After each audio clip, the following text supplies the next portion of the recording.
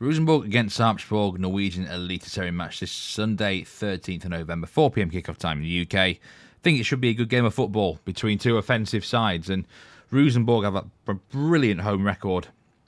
If they avoid defeat, then they will be the only team this year who have not suffered a loss in front of their own fans. 12 out of 14 wins at the Lerkendal Stadion with only 2 draws. They've been brilliant here, but they're going to have to do without Carlo Holzer, who's injured, and Ole Christian Saiter up front is suspended. Now, those are 2 fairly important offensive pieces. They still should have plenty of goals in them. Kasper Tengstedt, after all, is one of the top scorers in the whole division, despite only arriving in the summer. Sensational goal-scoring record. But without his partner up front, Saiter, I do wonder whether it might be a little bit more difficult. I did initially think about backing the goals for this game, I'm not going to lie.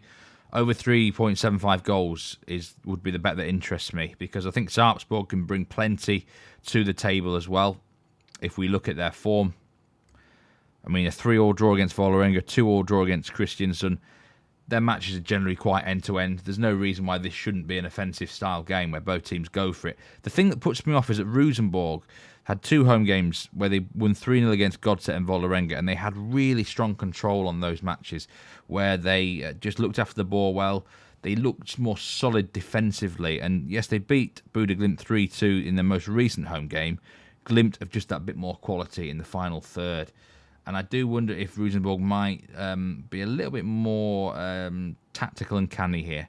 They just need to win the game, potentially. If Glimt drop points, a win will do. They don't have to win big, just any win. So be careful of that. You know, they don't have to rack up the score or anything. And that's why I'm going to avoid betting on this game. The Asian handicap line's minus 1.25. I think both that and the over 3.75 goal line will cover.